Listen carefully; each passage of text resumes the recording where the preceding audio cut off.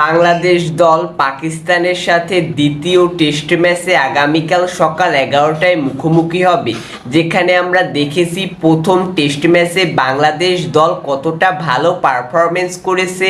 হয়তোবা অনেকে ভাবতেই পারেনি যে বাংলাদেশ দল প্রথম টেস্ট ম্যাচটি জয়লাভ করবে, কিন্তু যারা এই কথাটি ভাবতে পারেনি যে বাংলাদেশ দল টেস্ট ম্যাচ জয়লাভ করবে পাকিস্তানের সাথে, তাদেরকে ভুল প্রমাণ করে বাংলাদেশ দল প্রথম টেস্ট ম্যাচটি জয়লাভ করেছে পাকিস্তানের সাথে।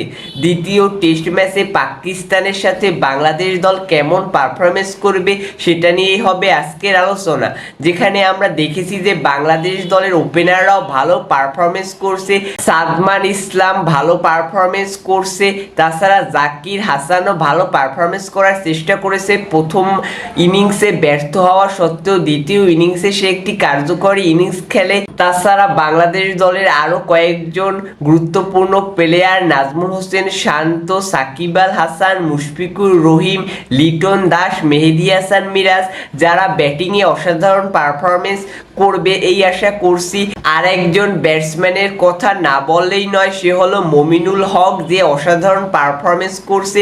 তাছাড়া সে অনেক বছর ধরে বাংলাদেশ দলকে সার্ভিস দিচ্ছে, তার কাছ থেকে আমরা একটি ভালো পারফরমেন্স আশা করব। তাছাড়া প্রথম ইনিংসে নাজমুল হোসেন শান্ত এবং জাকির হাসান ভালো পারফরমেন্স করতে পারেনি, তো তাদের কাছে এটাই চাওয়া থাকবে যে তারা দ্বিতীয় টেস্ট ম্যাচে ভালো পারফরমেন্স করবে। তাছাড়া আগের ম্যাচে যারা ভালো পারফরমেন্স করেছে, বিশেষ করে মুশফিকুর রহিম যে অসাধারণ একটি ইনিংস খেলেছে 191 রানের, সেটি বজায় রাখবে। তাছাড়া লিটন দাস, মমিনুল হক, মেহেদী হাসান মিরাজ ব্যাটিংয়ে যে পারফরমেন্সটা করেছে দ্বিতীয় টেস্ট ম্যাচে একই রকম পারফরমেন্স করবে সেই আশাই করছি তাদের কাছে। তাছাড়া সাকিব আল হাসান ব্যাটিংয়ে একটু অফ ফর্মে রয়েছে, তো আশা করি খুব দ্রুতই সে তার এই অফ ফর্মটাকে কাটিয়ে আবারও টেস্টে রানে ফিরে আসবে। যদিও বোলিংয়ে অসাধারণ পারফরমেন্স করছে সাকিব আল হাসান, যার কথা না বললেই নয় যে বোলিংয়ে সে দ্বিতীয় ইনিংসে কিন্তু তিনটি গুরুত্বপূর্ণ উইকেট নিয়েছে।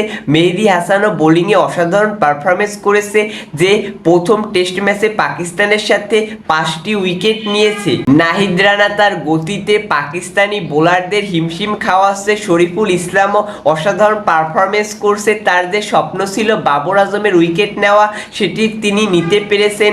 তাছাড়া হাসান মাহমুদও ভালো বোলিং পারফরমেন্স করছে।